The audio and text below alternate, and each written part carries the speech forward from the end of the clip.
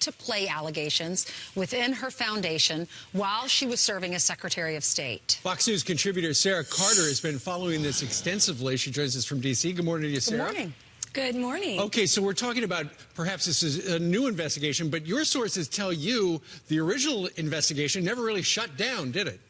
No, it never shut down, and it wasn't just opened in one field office. Apparently, there were 5 field offices across the United States actually looking into the Clinton Foundation.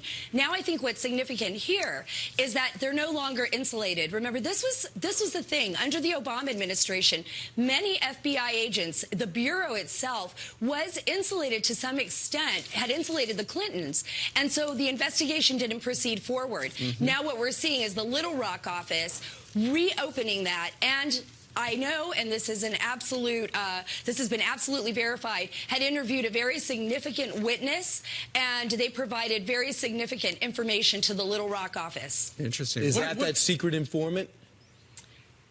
We can't talk about that right now, but I can tell you that it has been verified. So, Sarah, Can you blink twice if I'm right? Twice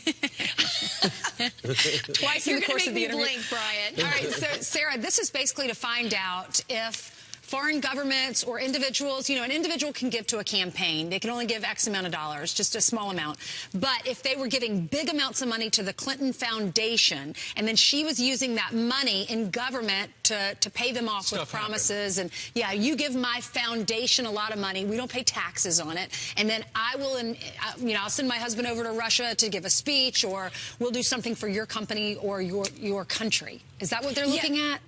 I think that's exactly what they're looking at, and they're looking at tax status as well, Ainsley. So you brought up a really good point. But remember, at that point in time, Obama wanted to reset with Russia. So it's not like the Clintons, and I think this is coming from a number of sources, were saying, look, we're going to make this happen if you give us money. Right. I think they already knew it was going to happen, and according to the sources that I've spoken with, took advantage of that situation. So that's something that they're going to be looking at as well.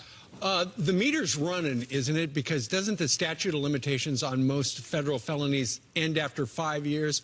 And I was just looking it up, and it could be incorrect, but I think she left federal office February 1st, 2013. So February 1st of this year, 5 years is up, isn't it? Well, 5 years is up, but that doesn't mean they won't find something else where they can hang that, extend that statute of limitations. So I don't want to jump the gun here by saying something, but I do believe that it can be extended, not on what we're thinking, but maybe on something quite different. Sounds like you know something. Yeah, It does. Yeah, Sarah, let's talk about Hillary Clinton's emails. They're up again. They're evaluating now with Devin Nunes and company in the House.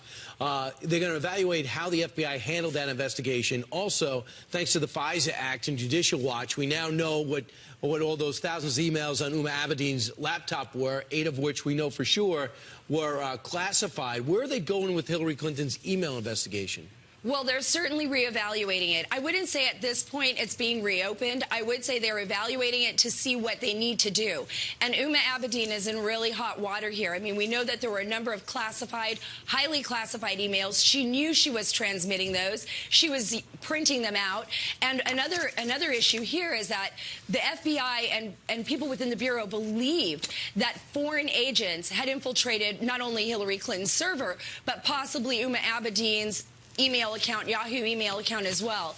And that's the reason for the gross negligence statute, right? It isn't so much the intent. It's that if you take these emails, these classified documents, anything outside of the purview of government, anybody can access them. And that gross negligence puts the national security of the United States at risk. And this is what they're looking at. A lot to talk about. Sarah, thank you very much for joining us on this Friday. Have a good weekend. Thanks, Sarah. Thank you. All right.